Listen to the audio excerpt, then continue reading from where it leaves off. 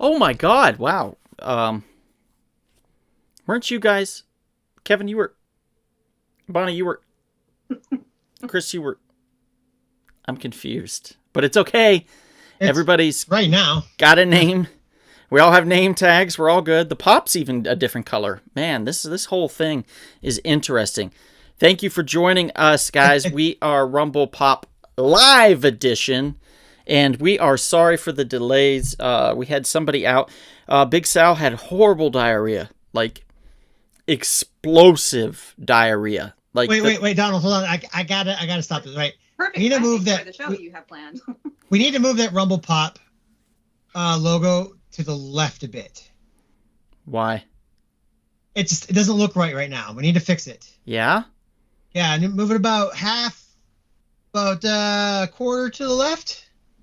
Quarter to the left. Okay, let me see if I can do that. No. Nope. That's okay. I'm gonna just have to deal with Kevin's face. Oh. Well done, sir. Well done. Well done. Sorry, Kevin. It does look like Kevin's going to get eaten, by the way, by the little Ratatouille dude. Looks like he's about to gnaw on your cheeks, Kevin. Or hit you with a piece of cheese. He might just hit you with a piece of cheese. If Remy hits with a piece of cheese, it's okay. I'll eat that cheese. You're about to get Swissed, son. You're about to get Swissed. Hey, Enrique, thanks for joining. Good to see you, buddy. This is gonna be a fun one, guys. I'm gonna have Kevin do a quick intro, and then we're gonna get started because we're already behind. All right, fair enough. Hello, everybody. Welcome to the most delicious, most scrumptious, and most deserving podcast on YouTube. It is Rumble Pop. And now I'm going to quickly introduce to you my co-conspirators and co-hosts. First, we have the crazy man in the blue hat from the great state of Ohio. He's Bruce Campbell's #2 fan. He is DC Comics for life. If you don't like that, he's going to pop you in the mouth and choke you out. He is always desirable. He is lovable. He is the socially lubricated Donald.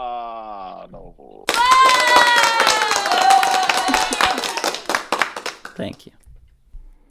Next, we go to that manly man from that great state of Texas, a Michigander. He is one of the most learned men in the United States today. He is a master teacher of the thespian arts. He's going to make sure that kids that take his classes will make it on Broadway, Hollywood, or on the independent circuit. He lays his hands of knowledge on them. He is lovable and huggable. He is Professor Chris D. Turner. Thank you very much. Thank you. You okay? Thank you. Okay, good. And last but not least, a fine young lady, originally from that great Grand Canyon state of Arizona, a woman who is pious, a woman of the highest of moral character. She is a true warrior in the Cobra Kai lifestyle and arts. She is one of the top 10 Polynesian dancers on the West Coast United States today. She is one of the most righteous and most powerful cat women living. She is brilliant. She is bewitching. She is Bonnie.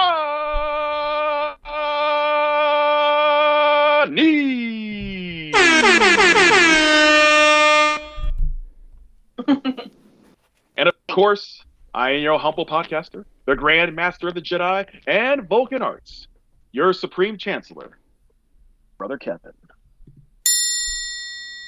And brothers and sisters, we're going to be doing a ranking of the best food flicks, the best food movies out there today, especially since this week is Thanksgiving. Yes, that is what she said. And by ranking, he doesn't mean making the food bad, not rank. No, We're not making food rank. No, We're Stinky. It's stinky. We're listing our top and it's not food flicks. Like we're like going, there's a piece of turkey. There's some stuffing. So that'd be kind of fun. Cranberries. Just do that for an hour. Cranberries. Just food at the screen. And we see who can flick it farther. The camera. I feel like my flick game is on. It's fleek.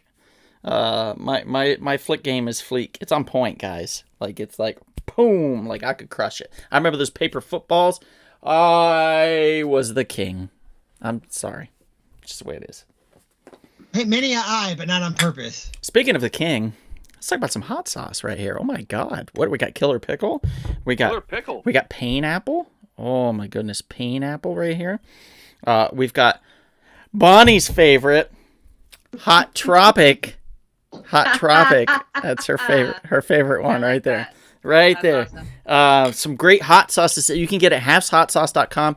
Great stocking stuffers, guys. You can put this in your 4-year-old stocking. You're going to be like, what's this, Daddy? Drink it and find out, you little shit. And let the fun ensue. You know what I'm saying? Or just like pour it right onto their bare assholes and watch them cry. It's fun for the whole family. It's like fucking Hungry Hippos. You just open the bottle and just hit it with something else, and you break the glass. So then they got broken glass in their mouth and they're bleeding and everything's cut. Probably don't do that. This is a horrible idea. Never mind. Anyway, go to the hot sauce place, buy some hot sauce, type in coupon code Donald Hiccups, 10% off. You're welcome. Also, want to get drunk? Get some beer. Go to Splattered Frog. Get some beer accompaniments. Not so much the beer itself right now. Get the accompaniments. Buy a hat. Mine has a hole in it. I wore it so much. I actually put it in the washer and then the dryer, and it got stuck in the dryer. It got stuck on the top, and it just kept going around like this and jerking itself off inside the dryer, and it just like exploded. How does the hat do that? Wave of heat and just burnt right through the top. So that's my current hat right now.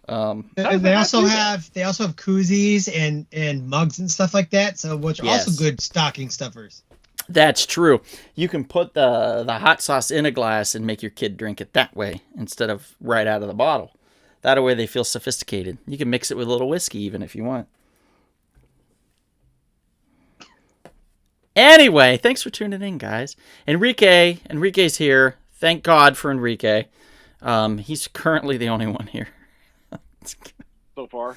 I'm sending the link out. I'm posting it. So. My man, right there. He's probably the one that left. It's actually just somebody we don't know. Which would be the best. Yeah. We're ranking food flicks, like food films and stuff. But before that, maybe if you're feeling like I'm feeling, you're feeling a little loosey-goosey, perhaps you'd want to maybe have a game, and maybe that game could be called a little Pulling Out.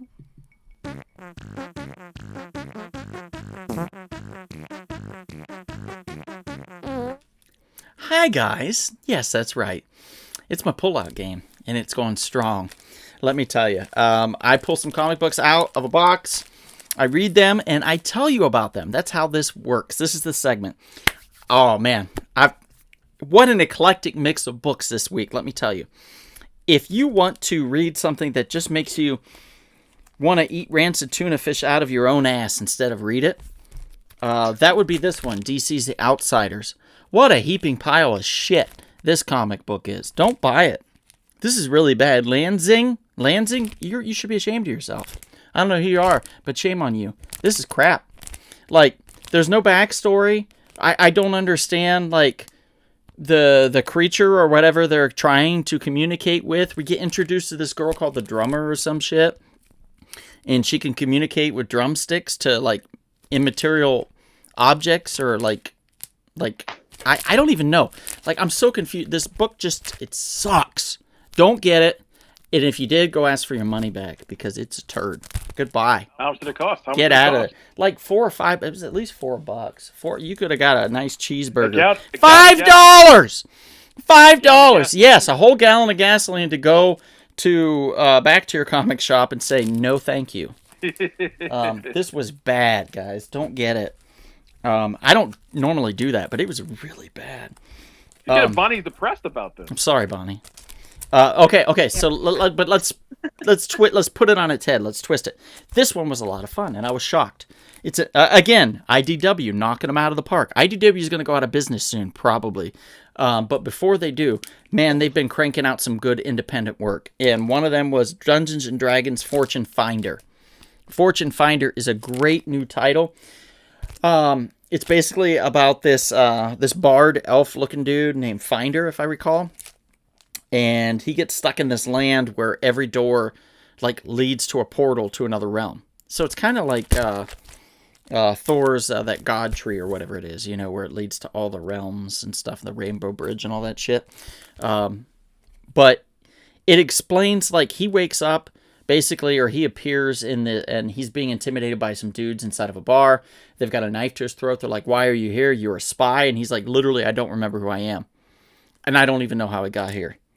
And it's all about him just trying to get away. So it's like the perfect intro of what you would see in an actual Dungeons & Dragons game. If you played Dungeons & Dragons, you would know exactly what they were talking about.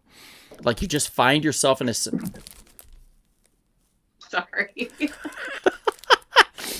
Good Lord. Bonnie's got racing cats. It's Zumi's time, apparently. Apparently. You find yourself in a realm and you're making new friends. You get introduced to new characters, a colorful cast of characters, and you have to kind of navigate your way through. This is fun on a bun, guys. Dungeons & Dragons Fortune Finder from IDW came out last week. Highly recommend it. If you can grab it, please do. It's well worth the $4. You can save that extra $1 from this shit bag book. Here, this turd. I won't even show you it right side up. I'll show it to you upside down because it's going to go right. Paper shredder. This one right here. Okay? You have an extra $1 if you didn't buy this and you bought this instead.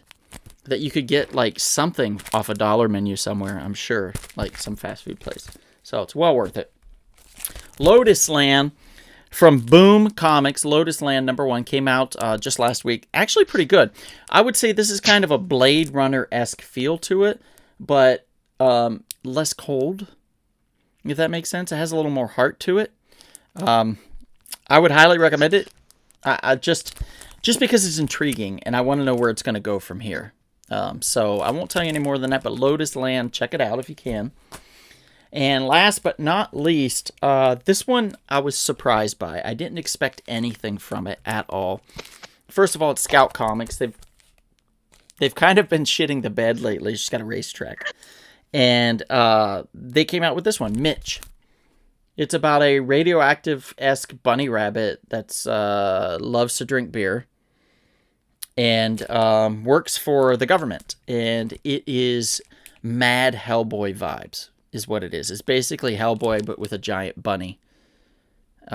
So I'm digging it. I'm enjoying it. We all know the vibe of it, but like he's kind of a cool guy. He's just a drunk. And he now has a cat for a pet because the cat showed up at his place hungry. So, does it take place in like ancient Japan? No, it kind of looks like it should, right? Yeah. But so every 12 years he can like roam free outside of his apartment because it's like the Chinese New Year, the year of the rabbit or something. So he can go out in public and everybody just thinks he's in costume. So he's like, this is great, you know, so he goes out. That's hence the dragon in the background and stuff, which I thought made it like a feudal thing. But he's actually wearing a t-shirt, like a dress shirt, and then he's got in his holster, he has a bottle of whiskey. So, man after my own heart right here. And it's called Mitch. So it's actually a lot of fun. So if you have an extra couple dollars, $5 to be exact, much better investment than that trash Outsiders book that I'm going to throw in the trash probably. I might set fire to it and film it later and put it on YouTube. Who knows? It could be fun either way. Bad, huh? It's bad. It's trash. It's bad. So Mitch, check it out if you can. And that's been me, pulling out a little.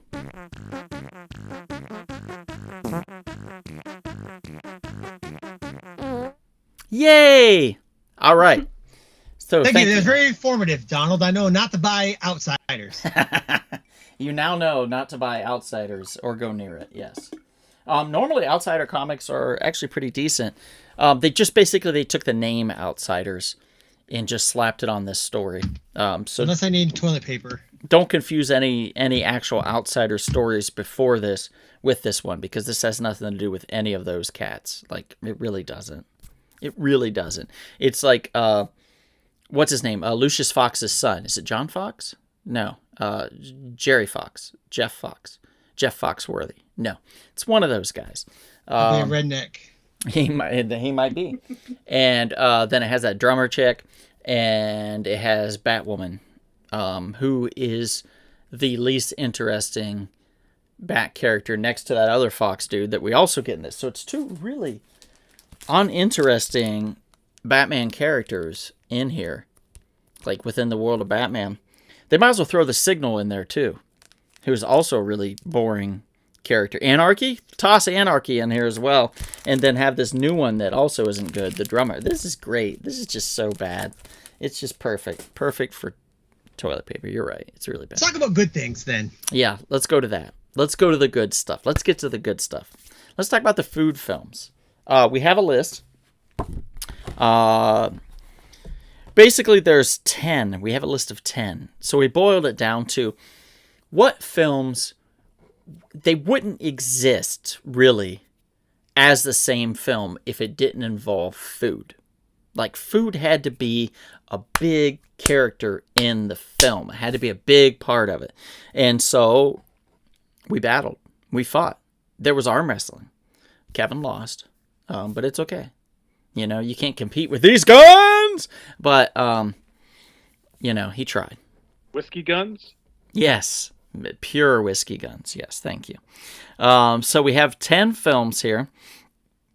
And we're going to start with number 10. We're going to count down all the way to number 1 on the list. And we're going to start with that list. And that list, let me pull up. Let's see what we have here. Ooh. Wow, that's something special right there, man. Wow. Okay, I'm bringing it up right now.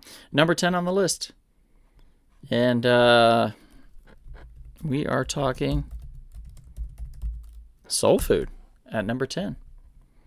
Now, what makes soul food so special besides the collard greens, the mac and cheese, and, you know, things like that, the cornbread? Personally, I prefer the jalapeno cornbread over the regular cornbread, but I digress. What makes soul food so special? Well, soul food as an actual food itself, and that it is a kind of a classified group of foods. And soul food is basically supposed to be something literally for your soul, to feed not only your body, nourish your body, but nourish your soul. It's comfort food. It's you sit down with grandma after a hard day of school, and she makes you a plate of soul food. You know, of food that makes you feel at home, that makes you feel connected with your family. You sit at a table, you have soul food. Soul food can be a lot of things. But in this one, soul food is food for the soul. Very much so. So they could have changed the title. They could have called it Food for the Soul. But soul food works. And it's got a very fantastic cast of characters. Let's break it down. Chris, tell us all the cast of this film. Vanessa Williams. Yes. Mm-hmm. There's also Vivica Fox, Nia Long, Mekhi Phifer, Michael Beach. Nice, lovely cast. Michael And Beach. Donald, With a killer soundtrack, too. yeah, thank you, Miss Bonnie. You gotta talk about the soundtrack when we're talking about soul food as well. Because that, aside from all the great storyline and the family drama and the food itself, the music is such a huge character in that movie. Well, the Boyz II Men song, A Song for Mama, that Babyface wrote, that's a good one. Mm-hmm. What about it? What About Us? You know, that's another good one. Yeah. We're not making love no more. September from Earth, Wind, and Fire. That was the one that played when they finished all the turkey, right? Don't know about that. I don't know. No, when they finished all the turkey, it wasn't Earth and Fire. It was just wind.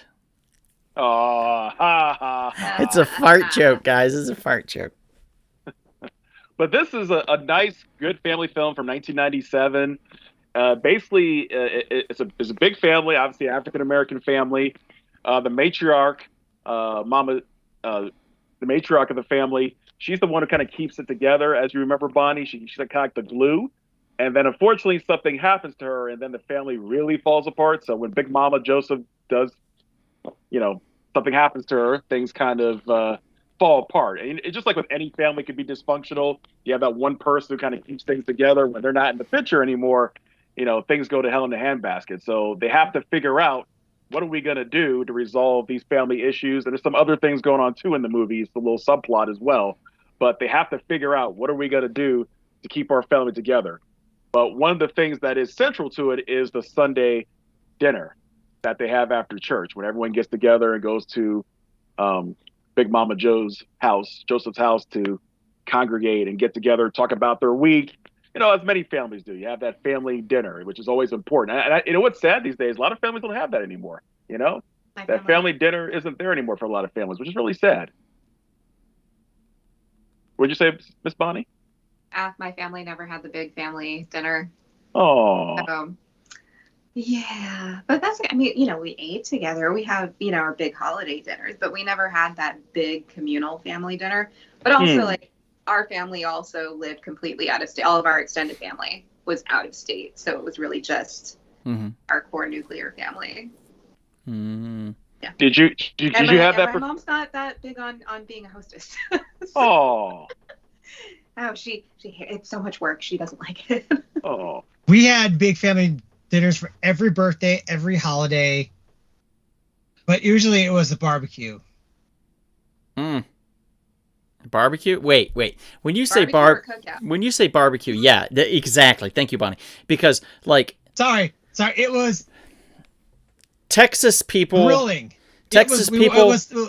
And Californian people will call anything barbecue. If you turn on a barbecue grill, you're barbecuing. Yeah, we grilled. In the Midwest, for example, if you're barbecuing, you're slathering on that sauce. No, yeah. Well, we grilled. However, we did have we did barbecue a hog every year. Oh yeah. Oh, nice. Yeah. But it was grilling. We grilled. Okay. So you're Hawaiian. Sure. Yeah. Well, if you are, I kind of like to poke you. We grilled. Come on, I want to lay ya. Dude. No. Let's move on to number 9. Hold on a second. Before we do that, we have various people that have joined us in the chat. Yeah, we have all kinds of chats. Hello, Dr. Sabrina. Hello, Spurge Grody. Hello, Miss You say somebody was Grody? Yeah, I'm serious. Someone named Spurge Grody. I'm dead serious. That's not nice, Kevin. You don't call them Smurge Grodies. That's derogatory. That's a derogatory comment, sir. No, it's not. That's the name of the It's inappropriate. person, Kevin has now been canceled. Sorry to say. Yeah. Wow. Yeah. Okay, his name's Sorry, Adam. Kevin. The gentleman's name is Adam. Wow, you just outed him. Is that his pronoun? He outed himself. Oh, okay. Never mind then. And also, hello, California okay. Music Box, Andreas, how you doing, brother? Hector says, side notes Hector? of food-related comic books, Chew and Voracious, about a chef who travels through time, hunts dinosaurs, and serves them at a restaurant in the present. Voracious. Oh, that's right. That sounds really cool, actually. I've never heard of that one. But I have heard of Chew. In fact, I just picked up issue number 50. I was missing it, so I found it for cheap, and happy I did. California Music Box, thank you for joining. Says, just finished work. Sorry, I'm late. No problem. Sammy says, sup, dork. She must be talking to either Kevin or Chris, I guess. I don't know. Not me, for sure. Sabrina says, hi, I never saw Soul Food. And Kevin says, it's a great movie. Smurge says, we don't say barbecue in Ohio, Don. It's Adam. It's Adam. Okay. Also, don't say you beat Michigan.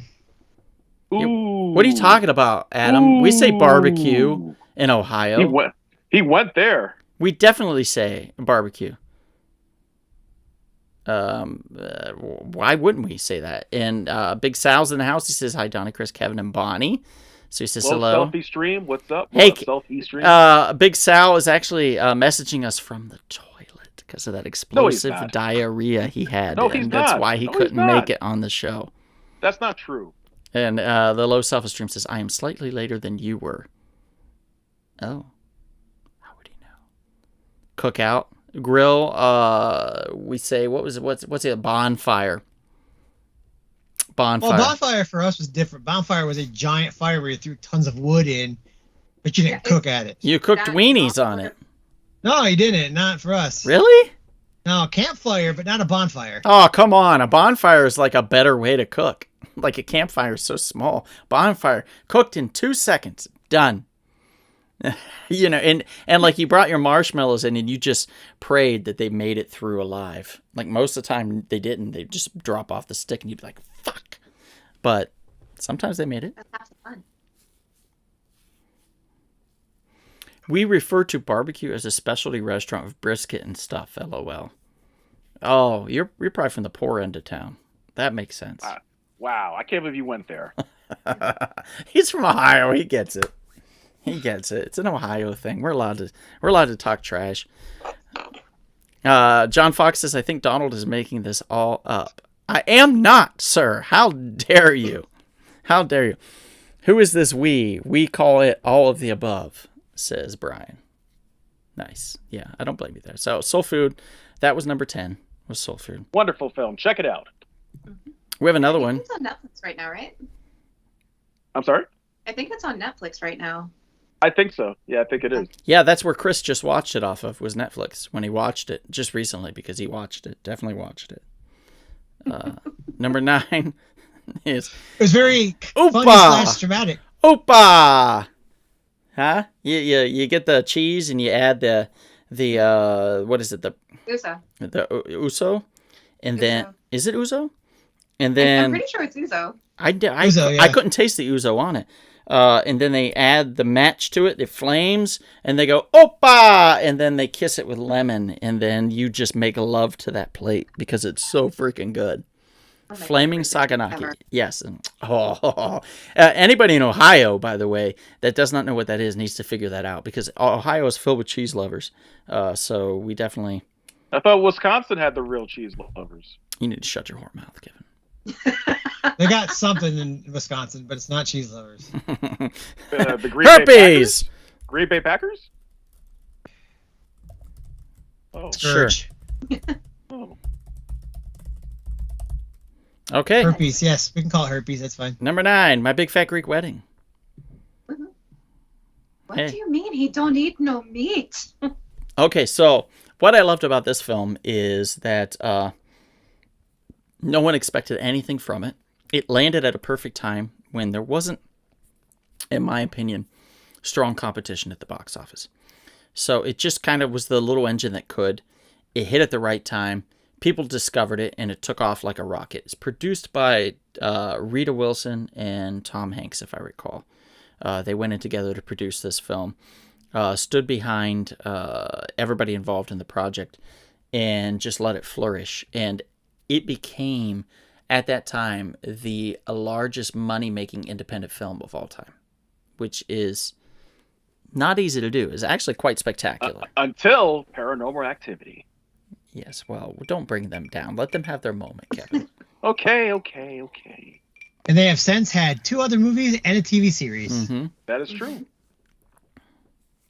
And that lady is super rich now. Well, Adam, they must have really good pierogies then in Wisconsin. That's all I have to say about that. That's what I said. I said Saganaki. Flaming Saganaki. Yeah. I don't think he's correcting me. I think he just said it before I said it, which makes sense. They got great cheese there, too. Yeah. In Wisconsin, of course they do. Yeah. Of course. Enrique says, Herpa. That's actually really funny. Good job. No, Sausage Party is a trash film, and it did not make it in the list. Wow, that's messed up. You see, I told you people were going to ask about that. It's vulgar as fuck, for starters. I enjoyed Sausage Party. Yeah, you're a pervert. That's why. If we ever do movies, Bonnie, you're a huge pervert. Trash, we can show that we can do that one. Bonnie's the biggest pervert I've ever met in my life, apparently. Time and place for Sausage Party. I bet. Is that what you say when it's hit midnight and everybody's had quite a few drinks? You're like, Exactly. hey, everybody, there's a time and a place for a sausage party. How about we get this going?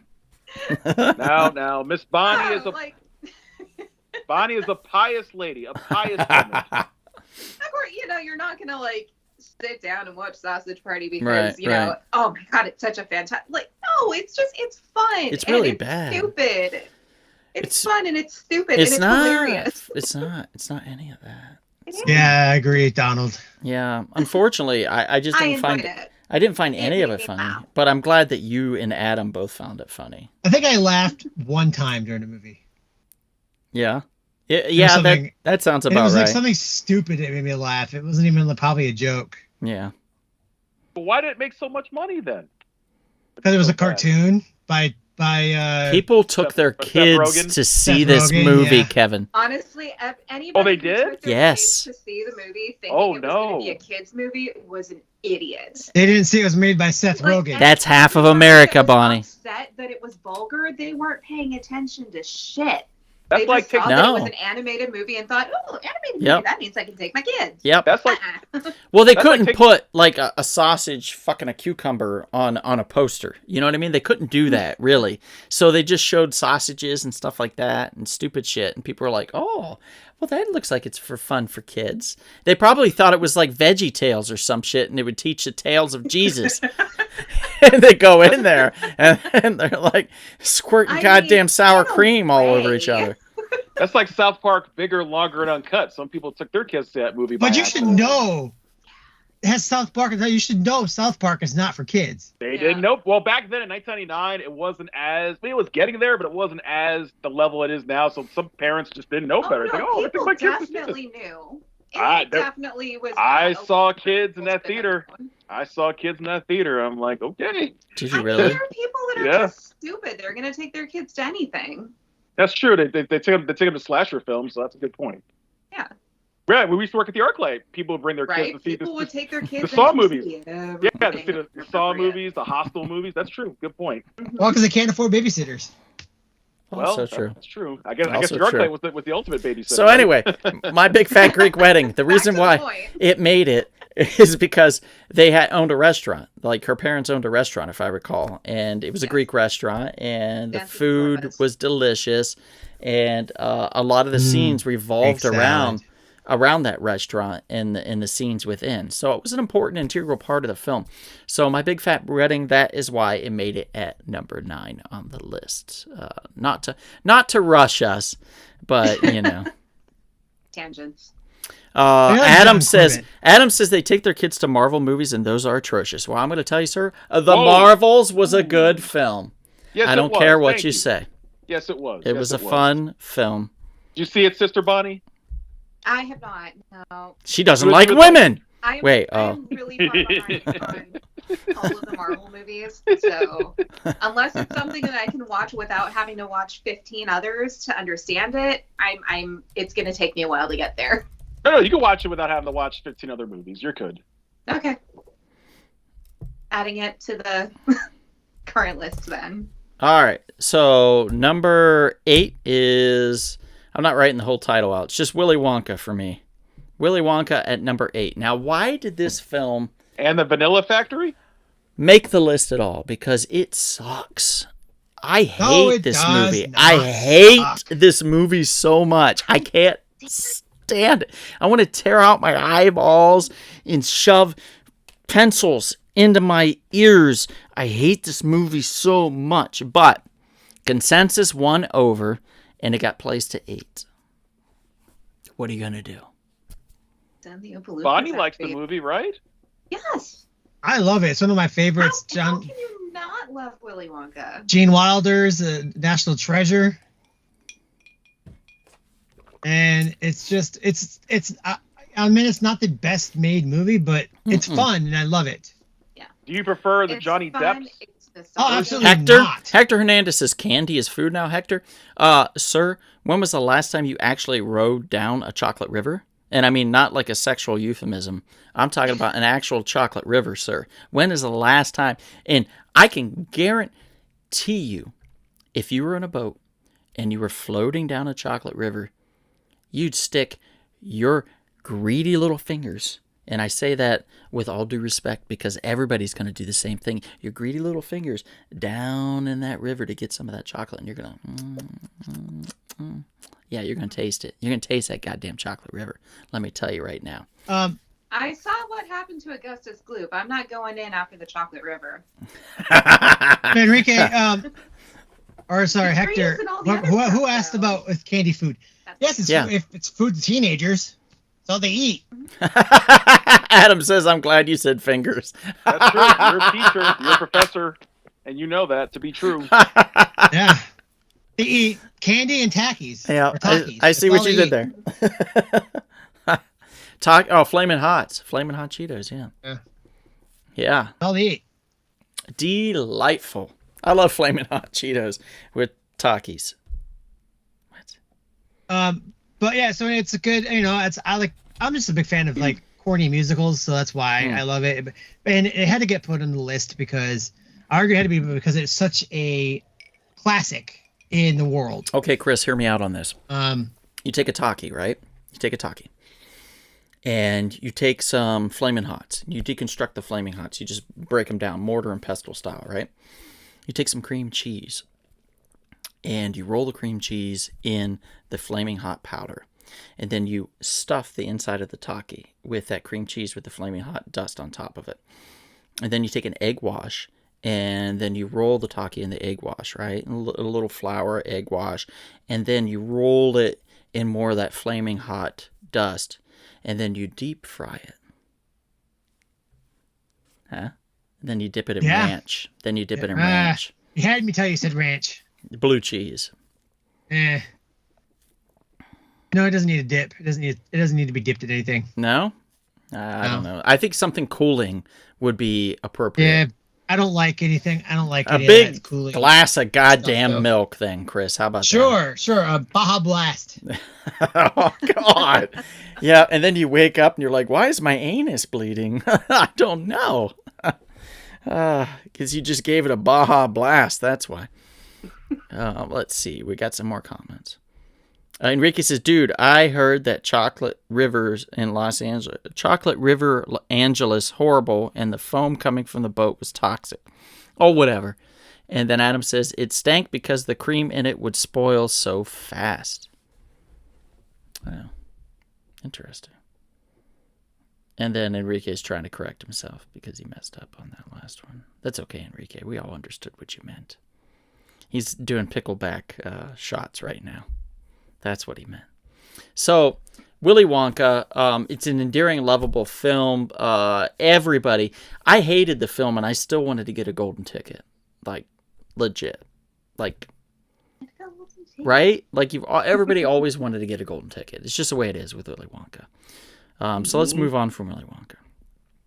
And now John Fox is saying, are you talking about a porn? If you're talking about the Taki with the cream cheese and stuff, John Fox, food porn, yes. I think it's funny. Just one last thing about Willy Wonka. I think it's funny that the movie tells children that chocolate can cure being disabled. Yes, Grandpa Joe. Well, because he's bedridden. He's bedridden, and then suddenly they win the golden ticket, and up he is dancing. And money can cure sickness, not chocolate. Dark chocolate. No, Kevin. It's not about you. Stop trying to make this about you. If he had really, truly been in that bed, unable to get out of bed for, what was it, 20, 30 years, he would have some major muscle atrophy going on there. And bed sores galore. But no, he just, like, no. He was a fraud. He was faking it. Yeah. See, Adam, and by the way, I've been watching Almost Heroes. I'm sure you're probably watching it on YouTube because it's free on there, is where I've been watching it. And it's actually a much better film than what I give it credit for. Anyway, sorry, I didn't mean to interrupt, but he's leaving, so I just wanted to throw that out there before he took off. Enrique says, damn, that sounds good right now. Pickleback, don't mind if I do. I knew it, see? Josh says, money and chocolate with weed. Oh, so he's talking about a typical Tuesday for John Fox. He rolls up $100 bills with weed in it, dips it in chocolate, and smokes it. John Fox is a man who's pious. He does not do such things. How do you know? I can tell. I can tell. Okay, that's the weakest argument. Go to court with that one, Kevin. I just know. What's next on the list? What's next on the list? I object. Man. I object. Like an excellent character witness for anybody. Yes, he would. I Whoever just need a character know. witness, Well- call Kevin. What's number 7? What's number 7? Yeah. Let's move on from this Yeah, nonsense. yeah. All right, number 7, waiting. Let me pull up You're the right, picture. Bonnie. You can call him anytime. Hey, Chris, remember that time I showed you my balls and you looked at them and then I got to punch you in the arm? Yeah, you do. Yeah, you do. Because it happened I more, do. happened more than once. I remember, but I also remember not noticing you punched me because I was so into looking at your balls. Because they looked so weird. You need to go Delicious, get it checked didn't they? out. You really need to go get it checked out. They're just plump. That's all. They're just plump. They're not. Sure. There's nothing wrong with them. They're just plump. Yeah, because having green balls. They're juicy. is- Well, they need to ripen, I think is what it was.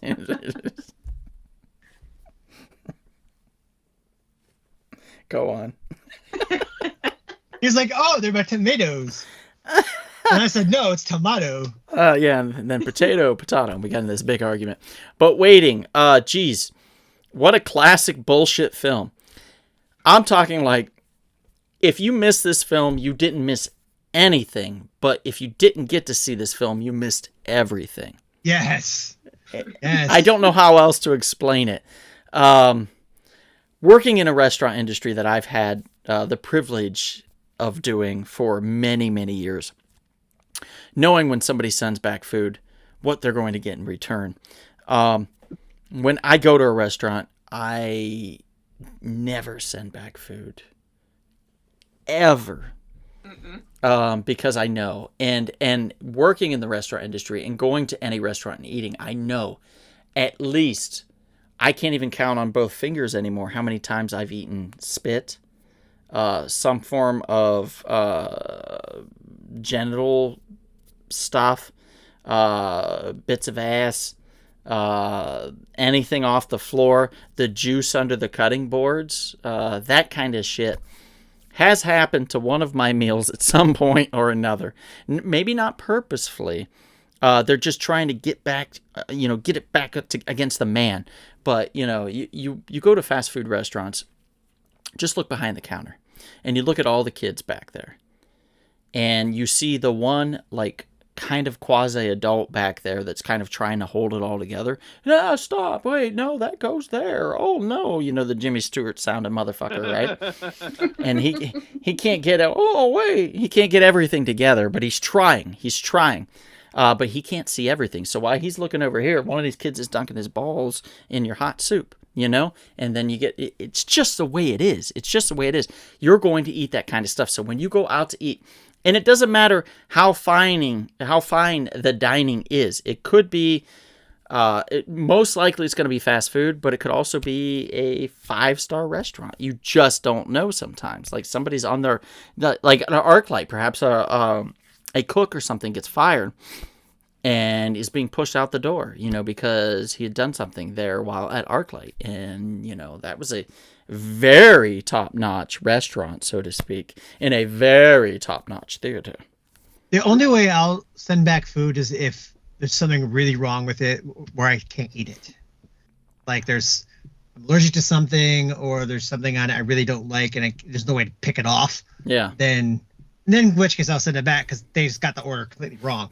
But if it's too cold or just something, or if it has order burger and it has mayo on it, whatever, you can take the mayo off. Not a big deal.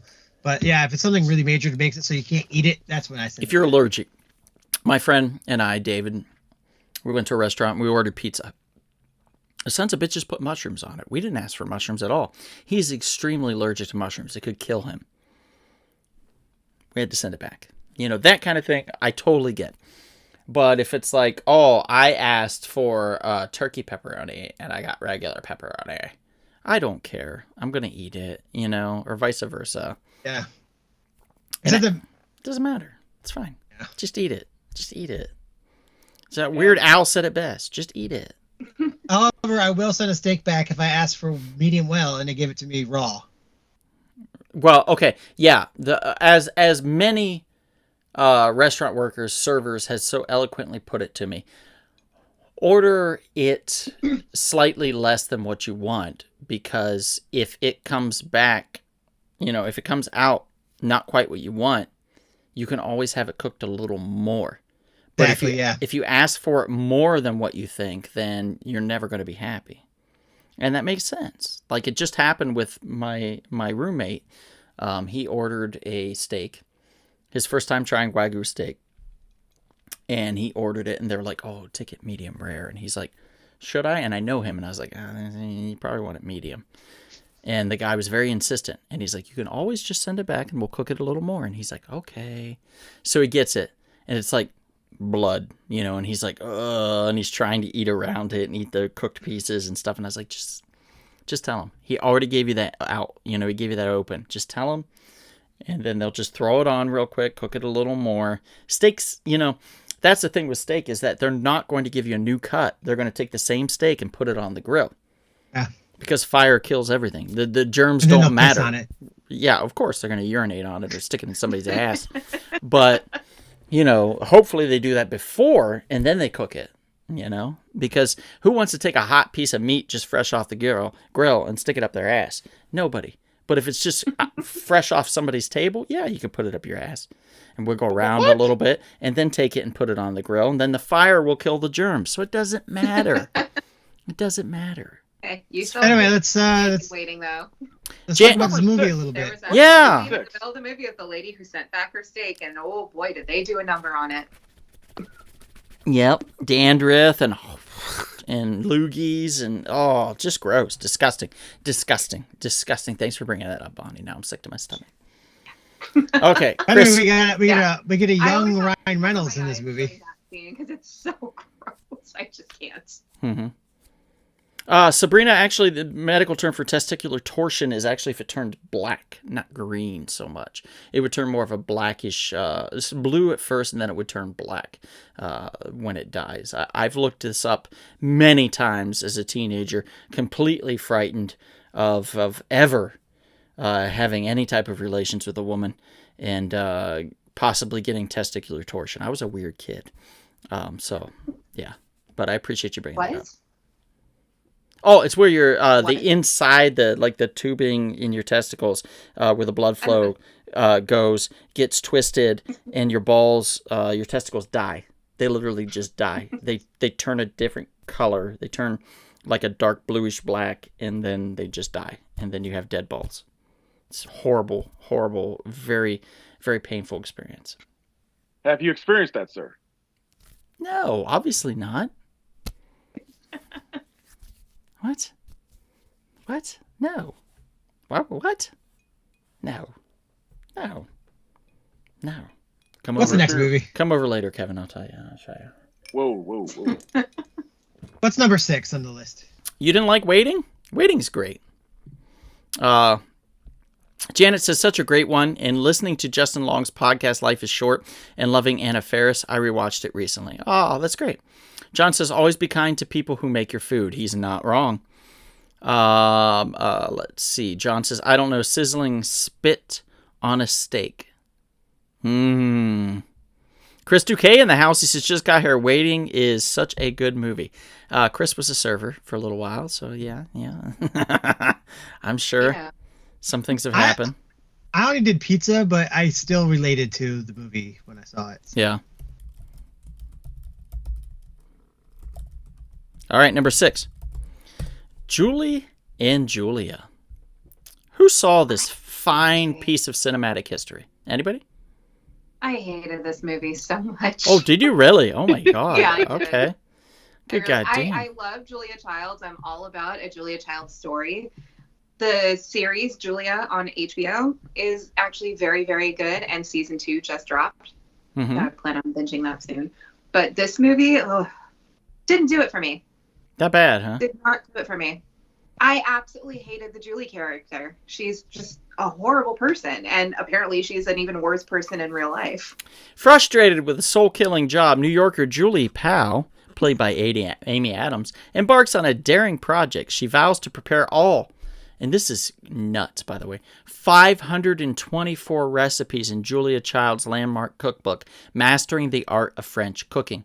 Now, if anybody has that book, which I do, just cooking the beef bolognese alone is a masterclass in cooking. And also takes like a couple weeks to master. Like it's stupid difficult. Like every level is just like I ended up doing it so much that I figured out how to do it in a crock pot and I never looked back.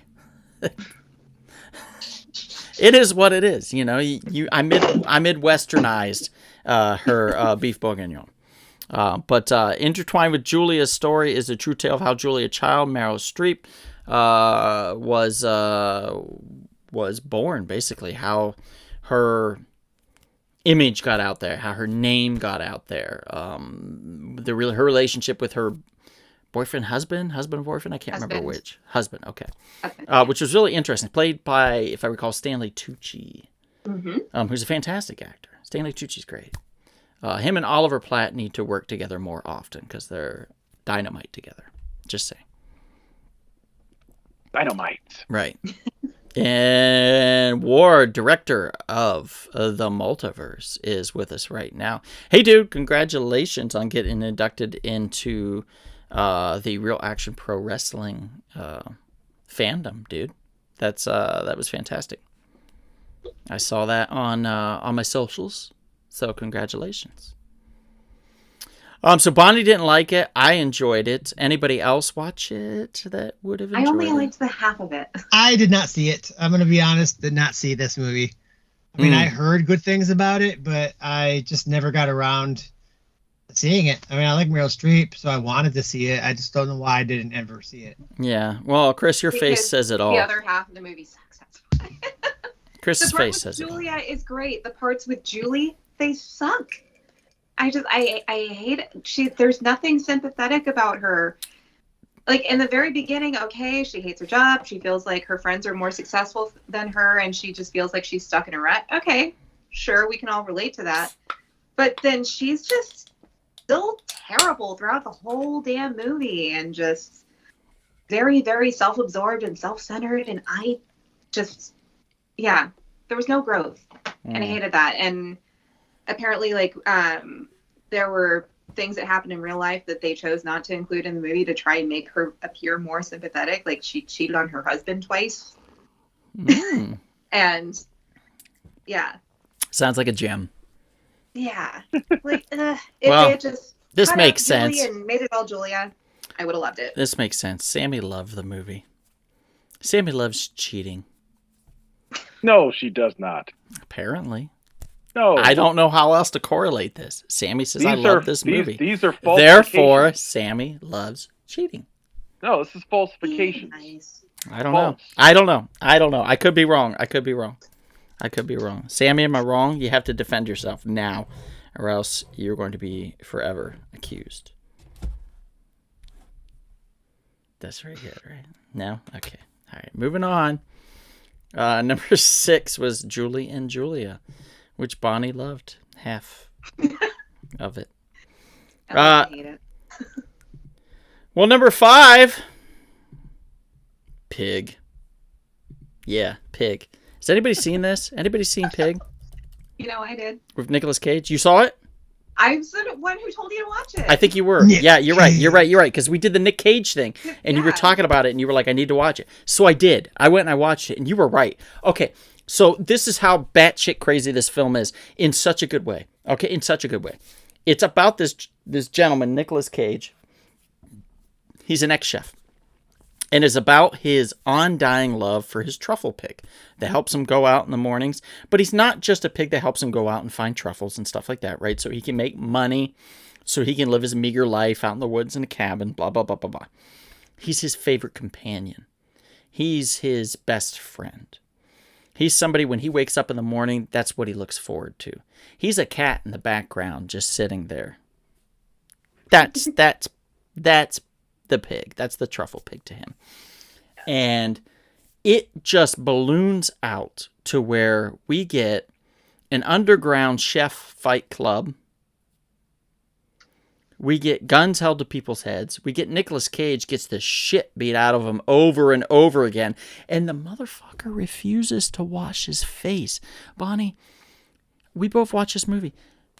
He could have easily gone to a sink and just washed the blood off his nose and mouth. Why do you think he kept it on there the whole time? Because he just didn't give a shit about himself. That's the thing. He was in so much despair over everything that had led him to that point in his life. He didn't give a shit. Plain and simple. He didn't give a shit. It wasn't about him. It was about finding the pig. Yeah. Yeah, you're not wrong. See you, buddy. Janice's pig is brilliant because Nicolas Cage is so committed and he inspires everyone to follow their dreams. And it does show each chapter is based on a dish, if I recall. Mm-hmm. And it shows or describes some form of that dish or some form of the dish's policy, so to speak. In that within the story, it kind of resonates and makes sense. It is beautifully done, and I am shocked of how good it is, with it also being kind of batshit crazy, which I'm sure Nicolas Cage absolutely batshit crazy, loved, but in the best way. But in the best way. It's Cage at his cagiest. It's a very great mix. It's like if you took Wally's Wonderland with Nick Cage, where he doesn't say a goddamn word, and you take that one and you mix it with Mandy, where he just goes fucking nuts and kills everything. You get Pig. You get this quiet indie film about this man's love of friendship and food. And it's really special. I highly recommend it. If I recall, it's a very fascinating character study. Right. The last time I saw it, I think it was on Hulu. So if you get a chance to check it out, it should still be on there. If it's not, also on Max. Oh, it's also on Max. Okay, excellent. All right, so that was number 5 was Pig. Number 4, we have an animated entry. This is going to take me a bit to type out.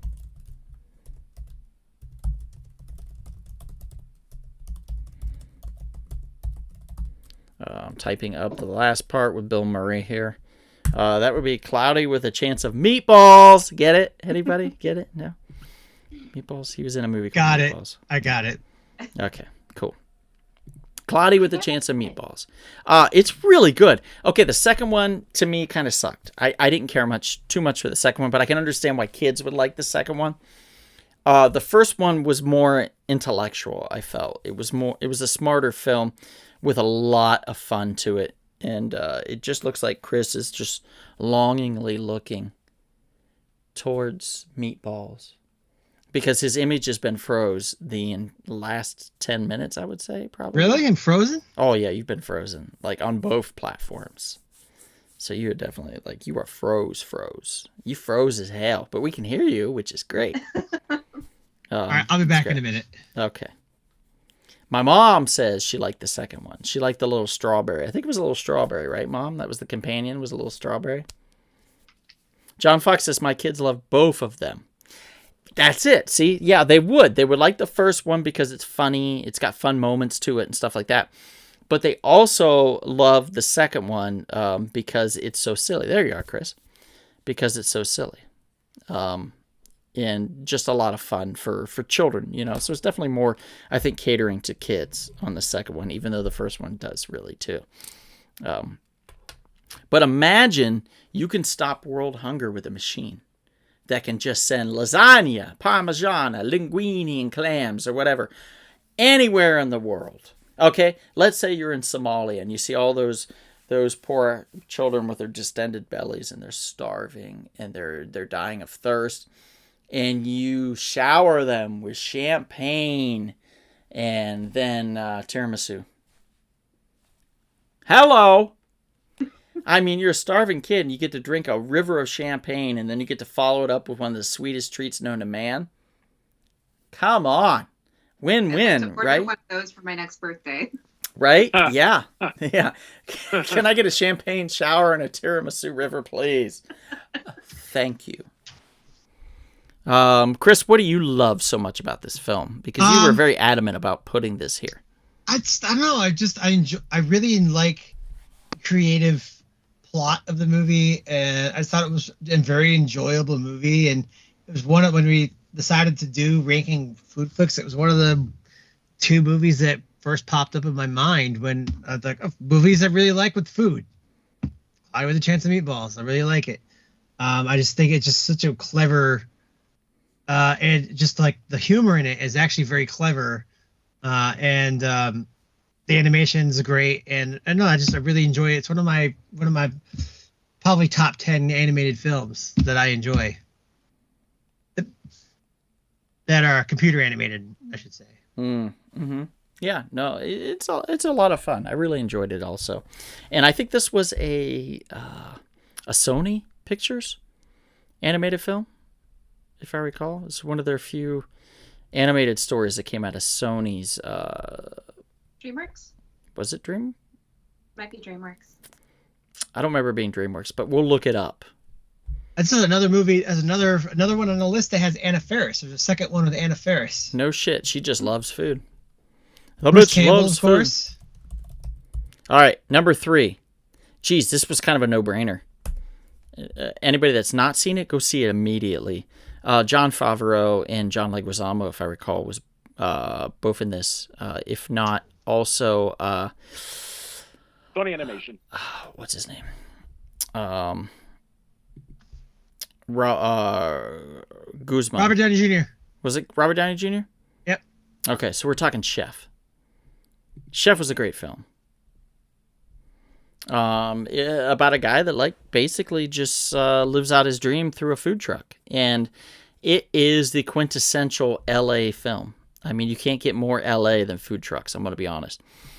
When food trucks first came about, people, they called them roach coaches, and people were afraid to buy things from them, food and stuff. And Los Angeles said, let's elevate this. And you started seeing more and more food trucks with more and more diverse menus. Suddenly now, much to my dismay, by the way, you go to any event and you can go to any food truck and spend easily $35 to $45 on a meal. It's great. It's great. I mean, Bonnie and I, she had a birthday celebration, and we went to see, I think it was Who Framed Roger Rabbit, and I went to a barbecue truck that made me a taco, and it was what was it, $8 for one taco. $8 for one taco, and there wasn't anything on it. It was just the beef inside of a taco. It was the shittiest taco known to man, and it was $8. And they got away with that because I didn't have a pitchfork or a torch. Otherwise, they'd have been in some fucking trouble. Let's be honest here. Food truck prices have gotten really out of control lately. A lot. We should do a whole podcast episode on food truck prices because it's stupid. It is stupid out here, guys. So if you have a food truck that's reasonable, go with it. Mom says that was a good movie. $20 on pastrami fries one time. Oh, yeah. It's just stupid. Black Crown says, great movie, such an easy watch. Yes, that's what it is. It's comfort food for your soul. Instead of being soul food for your comfortability, it's comfort food for your soul. It's very similar to number 10, so we're kind of almost bookending, but not quite. It's a really good, very fun film, very family-friendly, very from the heart. Highly recommended if you get a chance to watch it. Chef. It's on a lot of streaming platforms, by the way. And then he spun it off into a reality series on Netflix called The Chef Show, which is excellent. Yeah, if you get a chance, it's just him hanging out with people. Yep. And cooking. He and Roy Choi, right? Mm-hmm. Yeah. Yeah. Yeah, from the, what was it, Koji? Was it Koji? Yeah, Kogi. Kogi, thank you. Yeah. Okay, so that was number 3. That was Chef. We're going to go to number 2 now. Number 2 is going to surprise a lot of you. Number 2 is a little dark. Number 2 is The Menu. Now, The Menu. Oh, it's so good. This was it last year that it came out? I think it was last year. I think it was last year. I believe so, yeah. This was my top film of last year. Also the John Leguizamo film. Another John Leguizamo film, yeah. And it has our future Lex Luthor as one of the cast members. And Voldemort. Yeah, and Voldemort as well. Very interesting cast. The Menu, Anna Taylor-Joy, who was in Queen's Gambit. The Queen's Gambit, thank you. Ralph Fiennes, Nicholas Hoult, John Leguizamo, and a whole host of others. Hong Chau, I think was her name, Hong Chau, who played Elsa. Who? Judith Light. I can't hear what you're saying. It doesn't sound like English. Light. Judith Light. I don't know who that is. Yeah, you Really? do. She's from Who's the Boss, right? Yeah, who's the boss? Who's the boss? I don't know who that is. Wow. I don't know. Anyway, She played the wife of the husband who cheated on her. oh, I don't know. The film focuses on a young couple who visits an exclusive destination. It's like an island restaurant where the acclaimed chef has prepared a lavish tasting menu. But things are not what they seem, and suddenly start to go dark real fast. So the menu is a sneaky sleeper hit, in my opinion, and one of, if not the best film of 2022. Highly, highly recommend it. Anybody that's ever dabbled in the food industry at all knows the enormous amount of pressure that everybody is under to satisfy everybody. What are people the most picky about? Hands down, 9 times out of 10, it is their food and what they eat and what they can have and can't have, how they like it, their temperature, what they have it with, what their accoutrements are with their meal, what they're going to have to drink with their meal. Me, for example, I don't like sweet sodas, anything like that that goes with my meal. I prefer, if I'm going to have a meal, I'm going to have a glass of water. That's my number one, because I don't want what I'm drinking to coat the inside of my mouth, coat my tongue, and kind of disparage it from allowing it to enjoy the palatability, the flavors of the meal I'm about to entertain my palate with, I'm about to taste. So for me, just water is fine.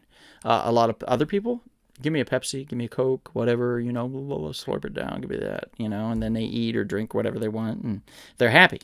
So everybody's a little different, which is interesting. It's always interesting to note that.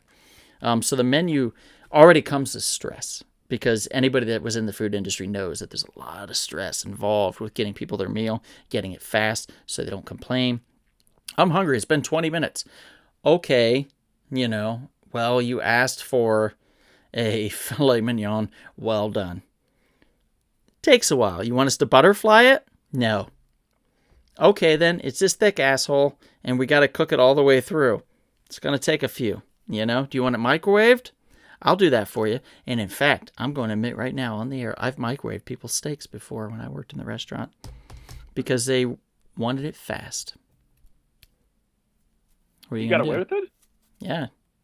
I got away with it. Yeah. Whatever. Like, nobody knew that I microwaved it. They were just like, this steak tastes like shit. This steak is awfully dry. Right. That's what they asked for, though. Tracy says, so good. Mom and Dad says, actually, that was so different, but good. Sammy says, it was weird, but not bad. Jesus Christ, Sammy. Can you just shit all over everything tonight? Also, hi. She's saying hi to my mom and dad. I'll allow it then. And then Enrique says, I agree, Donald. What? Exactly, Enrique. What? Yeah. What? There we go. Now he's saying the full word. Water. And a shit ton of Oh, fuck off. You might as well add some goddamn A1 to your steak. Okay, let me just voice this opinion right now. And it's actually not an opinion so much as fact.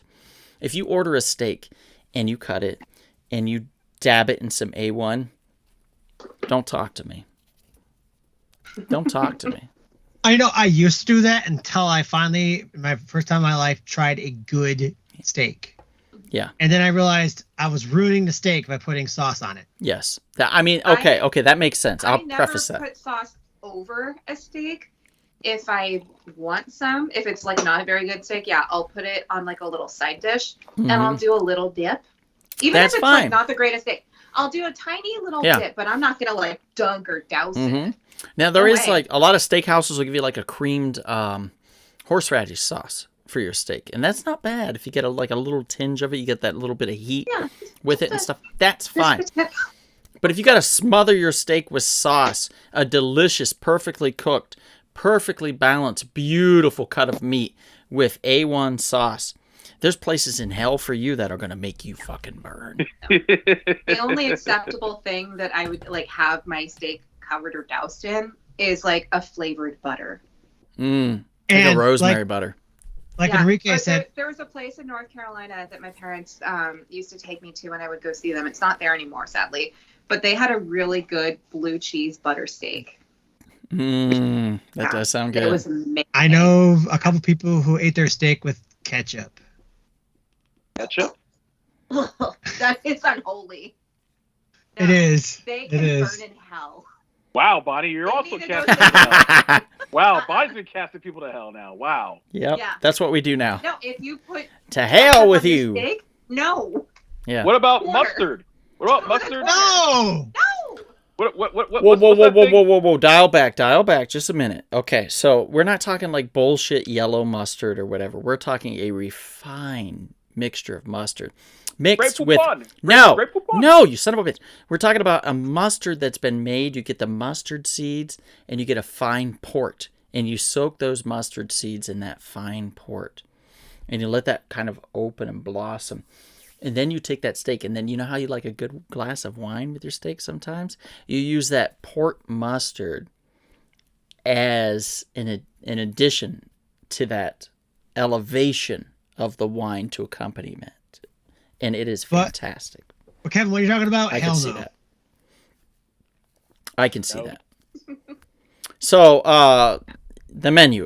We all agree it's fantastic. You should watch it. Definitely, if you haven't seen it. Yeah, I think it's on Max. There we go. Number 1 with a bullet. Enrique says, I was joking. LOL. I like garlic, butter, and mushrooms. You would. Oh. It is good, though. And John Fox says the French eat it with fine mustard. Yes, he's not wrong. Like, their mustard has its place. Yeah, I mean, that's what I'm talking about. It's soaked in the goddamn port, and it's delicious. Kevin's over here talking about, like, French's and Grey Poupon. Well, he didn't say that. He just said mustard. He didn't. No, I did say Grey Poupon. Did you? Well, okay, so Grey Poupon. But he didn't say ballpark mustard, so there we go. You know, at least there's that. That's true, I didn't say that. Let me bring up the number 1. I already posted the name. I'm going to post the picture right now. We're talking about Rat-a-tat-tat, Ratatouille. What a fun film. Film. Janet says, and you're cooking me Thanksgiving dinner, right, Dawn? No, I'm not. I'm not cooking shit. I'm not cooking it. I'll cook this bottle of whiskey, Janet. If you want some of that, I'll warm some of this up for you. But otherwise, I ain't cooking nothing. Make a nice hot toddy with that. Yeah, you want me to heat a beer in the microwave? Done. But I'm not cooking shit. Beer. Mom says cute. She must be talking about me. Janet says, and with that homemade mustard. No, I'm not making you mustard.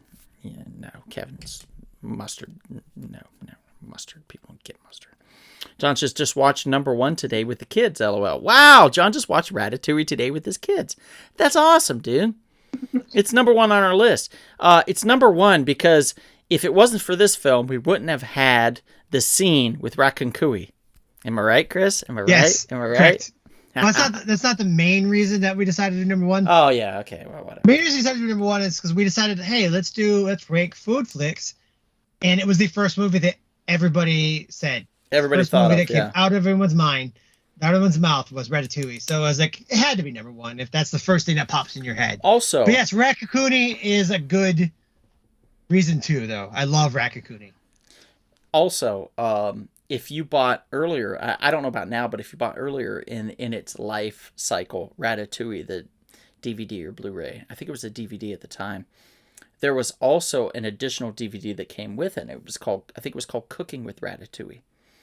And it was a DVD with recipes, and it came with a recipe booklet on things that you can make with your kids that were like elevated meals. So it'd be like a gourmet grilled cheese, things like that. And I thought that was super cool to be able to do that. So that's something. And John, you might want to look into that. Get it on eBay or something that you can get with the kids. They might find that actually a lot of fun. But it's just like a little cook-along video with a little cookbook, and you can teach them to read along, or you can teach them to learn how recipes work and how food can complement each other, things like that. Like he learned in the actual movie when he was eating the cheese and had the berry or whatever, and was like fireworks in his brain. It's a smart film, done really well. It was when Pixar was still firing on all cylinders. Right now they're about a half a cylinder left, I think, on Pixar, and then they're just gonna shit the bed. But for now they're still coasting along. I think it's the downhill progress. They're marveling it right now. I don't know. I liked Elemental. I thought here's Pixar and Marvel going. We don't know which one's going to shit the bed first, and then suddenly, boom! Star Wars gets right in there.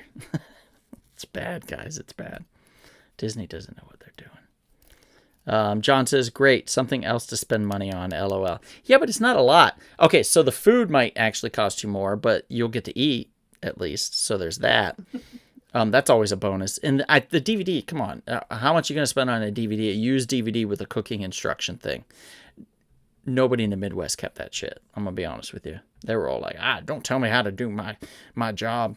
You know, every mom in the Midwest. I don't listen to this shit. And then they threw it out or gave it away to somebody. And he says, but I'll look into it. Now that you mention it, vaguely remember that also. See? There we go, my friend. There we go. Now, next thing you know, you're going to be making ratatouille with the kids. Literally, you're going to be cooking rat. You can get it on eBay for $5. Boom! See? $5 and it's all yours. But you know what? Scratch that. John, I'm buying it for you. It's on me. It's on me. That's how much I want you to interact with the Ratatouille world. Let me make a note of that. Buy rat video cooked for John. Yeah. Buy rat video cooked for John. See? I'll remember this. Like, what? You're going to look at him and be like, what the hell did I write? Yeah. It's going to be Add great. Another note with the timestamp. Yeah. There we go. All taken care of, John. What am I talking about? All taken care of. So that's number one. There's also a cookbook called Ratatouille, What's Cooking? Ratatouille with cooking. I think a little cookbook came with a DVD. I know that much. Kevin, what did you think of Ratatouille? Big fan? Yeah, you can't go wrong there. It's when Pixar was at its peak. Peak Pixar. Now, Kevin, let's say you get a job in a restaurant. Yes. We obviously know you don't really know how to cook, right? You know some things, but you're not like... No, not like you. I'm not on your level. Okay, so I was thinking, what if I sat on your head and we just put a hat over me? Mm. And I helped you cook? Do you think maybe that could work? Do you think we could Ratatouille this? Well, first of all, you weigh about 161 pounds. Pretty close. So for you to sit on my head while that'd be very, very strange, to say the least. He's like, something wrong with you, Kevin? No, I'm good. I slept wrong last night. I just get this. Kevin, your hand's white. What? Well, I'll say no. That's my gloved hand. That's what I'll say. My gloved hand. Yeah. I'm wearing gloves. I'm wearing gloves. Lego. Yeah. Yep. I think it'd be better off if we just covered me in all black and taped me to the back of you. So I was just like your shadow. No. Oh, no. No matter what, this is a horrible idea. There's about 1 million different ways that this can go wrong and incredibly offensive. Yeah, well, Well, let's not go with that. Let's go with the incredibly fun aspect. Incredibly and fun-y. Yeah. Yeah. No, this will be great. Kevin will get hired. And we'll just have to continue this for the rest of our careers. God, wouldn't that be horrible if we had to keep doing that for the rest of our lives? It'd be terrible. Yeah. And then, you got your own cooking show. And then you see the hands behind me. You think I'm like a four-armed person or something like. Digitally remove it. They're paying everybody off. You didn't see shit. Nope, didn't see nothing. Yeah, Definitely didn't see that white boy stuck behind him in a black suit. Nope, didn't see it. The expose comes out later. Yeah. Oh, the best. I mean, you do have the green unitard. God, That's boy, true. do I ever. I have more than one, Bonnie. Multiple colors. I do have an all black. I have an all green. And I have a rainbow colored for no reason. Green makes it easier for the green screen. So, That's oh, that's a good idea. When we're filming, yeah. Yeah, exactly. You won't want to cook with any vegetables then. Green vegetables? Yeah. We just won't use green. And nothing green.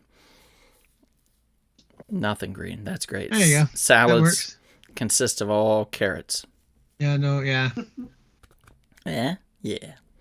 Well, geez, that was it. That was the whole list, guys. Geez, check out Hass Hot Sauce.